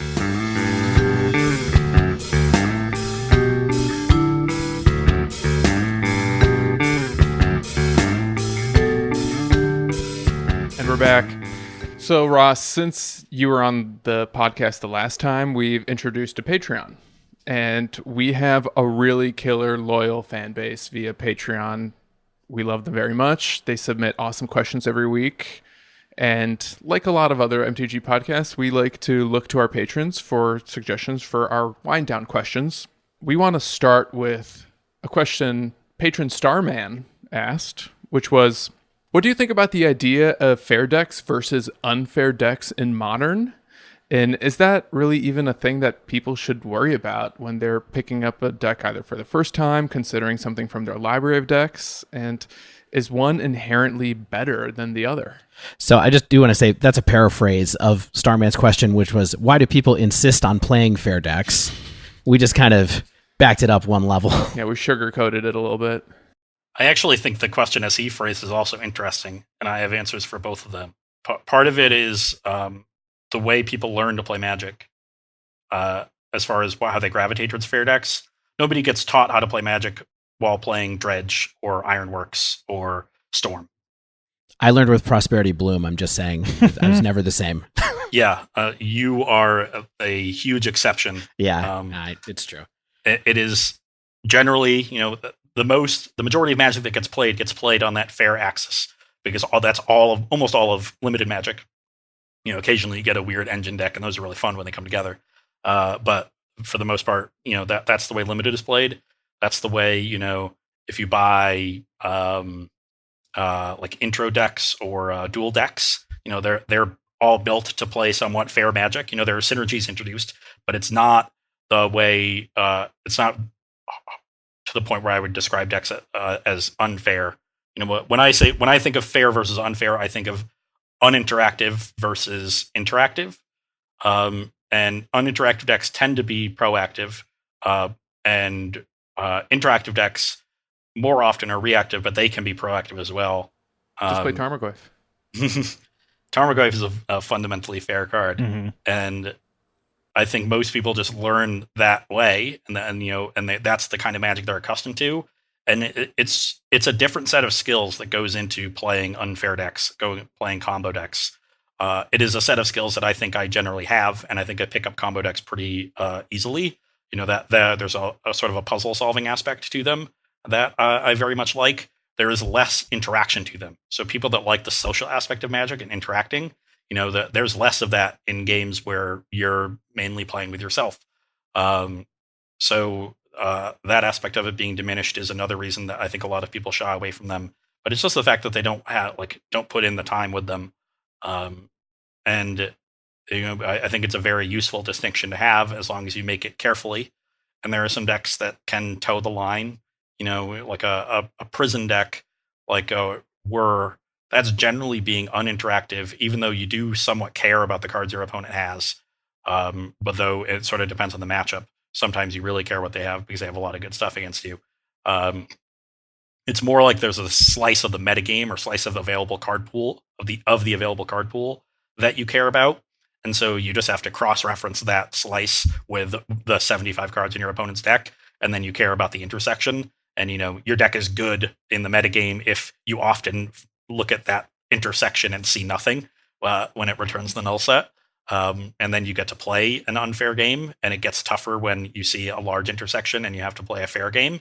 So that's another strike against them. If you want to play interactive Magic, which can be fun with unfair decks, you're generally doing it in a metagame that is hostile towards you, and so you probably, if you're trying to win, you probably shouldn't be playing them. But generally, people just gravitate towards fair decks because that is generally how Magic is viewed. Magic is creatures and card advantage and removal spells, and these are all decks that operate on a fundamentally different axis. It's an axis that I personally find very enjoyable, but I think if you polled most people, you would find that they prefer to play those sorts of Jund style decks. It also comes from, this is getting really deep, but the other variable that is at play is a fundamental lack of understanding of the strategic level of the game versus the tactical level of the game. I've written a few articles about this over the course of my career. None of them have been very well received because I don't think I've done a great job at elucidating the concept. Well, let's unpack it right now. But I'm into it. It started with how I think about sideboarding. And, everybody says, do you need to sideboard with a plan? But there's two different kinds of plans. You can adjust your tactical approach to the matchup, or you can make wholesale strategic adjustments to the matchup. And a tactical adjustment might be adding a certain hate card or shifting which removal spells you're playing in your mid-range deck. You side out your disfigures against the deck with lots of 3 toughness creatures and bring in your cast downs when they're playing like dinosaurs, whereas you'd rather have Moment of Cravings and things against a Danto Vanguard, stuff like that. Yeah, are they arena exclusive? You're not changing. Yeah, you're not changing what your strategy is, but you're giving yourself, you're upgrading the tools available to you, and then you can make wholesale strategic shifts. We've seen this a lot in Standard over the years, and it's one thing that I think Brad Nelson in particular has both championed and led the way on and done a really good job of it. Having something like Fleecebane Lion in the sideboard of the Abzan deck at Grand Prix Memphis in February of 2015, where I think like 6 people played their list and 4 of them made the top 8. And it just came to the point where getting more aggressive after sideboarding ended up being really good because everybody was bringing in, people tend to bring in reactive cards when they're sideboarding because that's how they think of solving a problem. They solve the problem reactively. And that leads to, making your control deck a little bit less controlling and making your aggro deck a little bit less aggressive. And so it pushes everything towards the mid-range. And so, people get used to playing mid-range decks because that's what they're incentivized to do, because that's the way they think of everything on a tactical level. But if you think of everything on a strategic level, you can end up, maybe making your deck even more aggressive against a control deck because they're not going to be prepared for it. And that might be hard to do based on the composition of your deck, but it ends up being more effective because it sidesteps what your opponent is doing as opposed to, trying to win through it. So it's sort of like the difference between using a sledgehammer and a scalpel. Most people, they use the sledgehammer. And I think if more people learn to use a scalpel, they would be, one, better Magic players, and they'd be more inclined to see the value in playing more linear and uninteractive decks. Ross, you touched on something that I've been thinking about a lot lately, and this is a bit of a personal anecdote, but I've been playing Mono Red Phoenix the last couple of weeks because I'm planning to run it at GP Indy, which is a Team Modern tournament, and I've been looking at my... We don't want to hear about your other friends, Stan. Yeah, Stan. Well, this might be a teachable moment for our listeners, but I've been looking specifically at Blood Moon in the sideboard of Mono Red Phoenix and feeling increasingly underwhelmed with its position in the meta. Something that our other co-host Zach will periodically say is that Blood Moon is great on turn 1 and it's just getting weaker and weaker on turn 3. And I've been thinking about Tron and kind of anticipating it getting a little bit more popular than it's been the last few months, and wondering whether Izzet Phoenix, or maybe even Burn for that matter, are decks that kind of just want to go faster against Tron and not bring in Blood Moon anymore and just like count on your plan A to do the job. That is something I would be very supportive of doing, because I think your plan A often just kills them on turn 3 before they do anything of importance. And a lot of the games that you're going to win by casting a turn 3 Blood Moon, you would win with a lot of other cards, because they're games where your Blood Moon is coming down before they assemble Tron, and it's a 3-mana card. So if they don't, that's either turn 3 on the play for you, or they didn't have turn 3 Tron on the play when they were on the play. Those are games that you're going to win normally. So I don't think you're gaining a whole lot by having Blood Moon in your deck, unless you're a build with rituals, which most don't have anymore. And the card I'm most scared of in that matchup is, especially if you don't have Arclight Phoenix in the deck, is Wormcoil Engine, which right now is a 4 of in the deck because it's so good against Hogaak. So I would be more concerned on a tactical level with Hogaak, and on a strategic level with ensuring that I can just kill my opponent. And so if you wanted a card that is good against Wormcoil Engine that also contributes to just killing them, the narrow answer is some sort of act of treason effect, where you just take it and 6 them and they're probably dead because they lose the blocker. The less narrow answer is probably some amount of burn, and maybe something along the lines of Skullcrack, so that you're able to get an attack in and Skullcrack them. They don't gain the 6 life and they probably die on that attack, but that's also a card that's a lot more functional when they don't draw Wormcoil Engine. So those are the kinds of things. It's about matching the tactics that you're using with the strategy that you're using. So you're trying to go underneath. There are certain problems you still want to solve, but you want to solve them with tools that fit into your aggressive, non-interactive game plan. Whereas, bringing in, if like on the splash, a card like Path to Exile, a reactive card, it's like, it answers Wormcoil Engine, and there are going to be games where like it wins you the game because it is an efficient answer. It's a cheap spell for prowess, so there's some synergy there. But it's ultimately a reactive card, and a card that sits dead in your hand in games where they don't draw Wormcoil Engine. Whereas a card like Skullcrack is a card that's going to win a good portion, probably a majority, of the same games that the Path to Exile would against their turn 3 Wormcoil Engine. But it's also going to help you win some games where, they play a turn 3 Karn, maybe Ugin you, do all these other things, Oblivion Stone, and then it'll deal the last 3 damage as they're trying to Ulamog you or finally get a Wormcoil down later in the game. So we got time for one more. Let's see if we can do this one. This is a big question, though. Should we just cut it? I just don't know. Let's do it. No, I think. Okay, hold on. I like it. Hold on. I think we can't ask all of them because Jake asked like 6 different questions in one. But I think the best nugget here is, what role do you think the game has played in your life, and has the role changed, especially as you strove to, and in many ways have become, a top competitor in the game? It has played a central role in my life. Probably, of the things that I do, it's probably the tops on the list. So the most central role outside of individual people that have been important in my life, Magic is certainly at the top. And fundamentally, my relationship with the game shifted when I became a professional Magic player, and it became my job. For most of my time with Magic, it was a hobby, and it was something that I did to get away from what I thought my main, thrust, my main job, or I don't know what word to use, but the main thing I was doing at the time. For mostly that was your vocation. Yeah, well, for me, mostly it was school, which I guess counts as a vocation for the most part. So I picked up Magic at the end of middle school, played throughout high school, a little bit less so in college. And then, I became sort of a grinder, but not really a professional for several years after college. And really, I started writing in 2014. So that's when you can say I was starting to get paid to do Magic things. But that fundamentally shifts your relationship with the game. Before, if I really wanted to take a weekend off, I didn't really have much issue doing so, at least mentally. Whereas, once I became a professional, it's like, no, I've got to strive to, get as many top eights, get as many SCG points, get as many pro points, all of these things, get all these achievements, especially when you're doing content, because it's become less true now. But for most of Magic's history, you legitimize your content by performing well in tournaments. So there's that added pressure. So there's a little bit more pressure. I've learned to deal with it more now. And that pressure goes down as your accomplishments go up. So now, I could have a bad 6 months and, people are still going to respect me, in my opinion, because I have such a long history of results. So that diminishes the pressure to some extent. But also, my relationship with Magic has changed. When it's a hobby, Magic is the thing that you do to get away from whatever else you're doing. For me, it was schoolwork or whatever part of my life.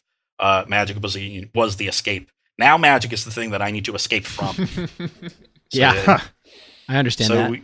Yeah, so a lot of people, they'll ask me what casual formats I play, and it's I don't play casual Magic in my spare time. One, it's hard for me to shift my mindset to play casually. I can do it on occasion. I like a Pauper Cube every now and then, but I really don't play very much casual Magic. Whereas 5-10 years ago, I would play a lot of Cube. I never really got into Commander, but different cubes, different draft formats, especially maybe some Type 4. Things like that. Now, very little. I play some other games, but nothing a ton. I do very different things. And then for the first couple of years after I was in Roanoke, my life had just been sort of pure Magic up until then. And with the shift, especially after Roanoke, that's when my professional career went into overdrive. That added pressure and the fact that Magic was now the thing I needed to get away from, but it was also the only thing I was doing, was a source of conflict. And so I had to find other things to do. And I think anybody who follows me on Twitter has found some of those other things that I've gotten into. We don't really need to get into them, but I've managed to find more balance in my life. So I'm certainly happier than I was, 2 years ago when I realized that and rectified the problem. But I think a lot of the casual people, when everybody says I'm living my dream, I don't. And it's not the same as I'm doing my hobby for a living. Turning your hobby into your job is not this miracle panacea. It actually makes your hobby worse. It does make your job better, but it also makes your hobby worse. So it's not all good. There's a trade-off there. That's a trade-off that I'm willing to make because I've always been, more interested in the competitive side of Magic and using Magic as a competitive outlet than I have in any of the other aspects, whether it be collecting cards, the lore behind the game, the art. All of those things have been, minor blips, and it's the strategic side and the competitive side are why I like Magic and got into it. So turning Magic into my job made sense for me personally. I don't think it makes sense for a lot of other people, though there are a lot more outlets for turning those other aspects of the game into something that you can make content over. Talking about the lore, talking about those things, and more casual sides of the game, I think have a somewhat of an untapped market right now. There are people that talk a lot about Commander, and a lot about Cube, but are there people that really talk about the lore behind the game, that talk about the art? That there's some with the financial side too, that's somewhat well developed. But all these aspects of the game, I think, have some areas to be developed by people that want to do it. And so if they wanted to turn that aspect of it into their job, that would make sense. But it doesn't make sense for somebody who got into Magic because they looked at a Shivan Dragon and said, man, this looks really cool, to turn their day job into writing about competitive Magic. Because there aren't a lot of Shivan Dragons around, and what cards you think are cute really don't play into what deck you need to play at the following tournament or how you need to sideboard. So it really comes down to what you're trying to get out of Magic and how you can monetize that and turn that into a job. But no matter what it is, there's going to be trade-offs. Wow. Yeah. Life lessons from Ross Merriam. Ross, we got to wind down. It was so great having you on again. Hopefully not the last time. Where can people find you? You mentioned Twitter. We mentioned SCG. What do you want to plug? Those are the two things. You can. I'm off this week writing because it's such a slow week, so I won't have an article up this week. But generally, every Tuesday on StarCityGames.com at 11 a.m. Eastern time, you can find that. Versus Live airs Tuesdays and Thursdays from 1 to 4 p.m. Eastern on twitch.tv/SCG Tour. Those replay later that day. So if you can't catch them immediately, you can watch the VODs later that day, get it played on the same channel. And then the videos go up on YouTube and on SCG's website 3 days later. So the Tuesday shows go up on Friday and the Thursday shows go up the following Monday. So you can catch those. Right now it's me, Corey Baumeister, and Todd Anderson rotating. Todd will be moving out to California at the end of this week, and then it'll just be me and Corey every day.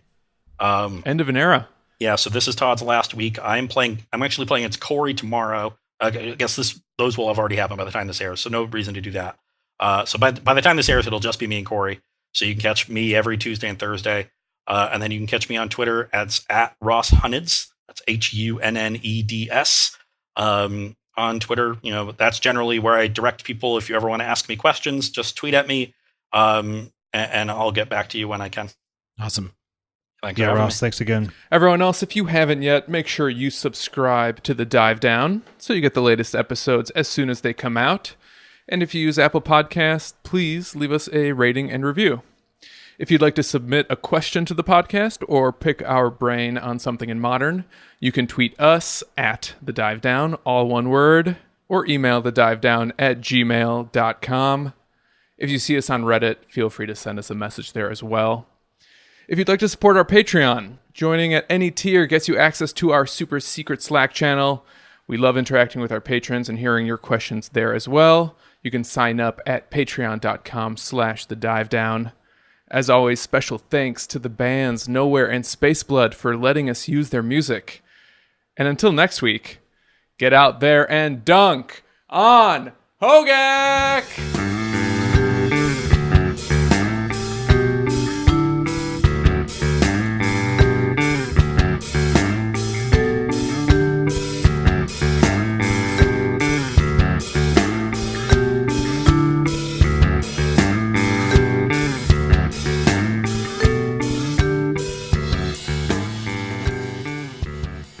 Guys, how naive were we to think this wouldn't be a Ross interview? That this would just be Ross, one of the haha boys. But we have this killer resource. We're going to tap that resource. I also love to talk. So this idea that I'm going to be one of 4 people and I'm only going to talk 25% of the time is that's just nonsense. We expected 33% at least. Yeah.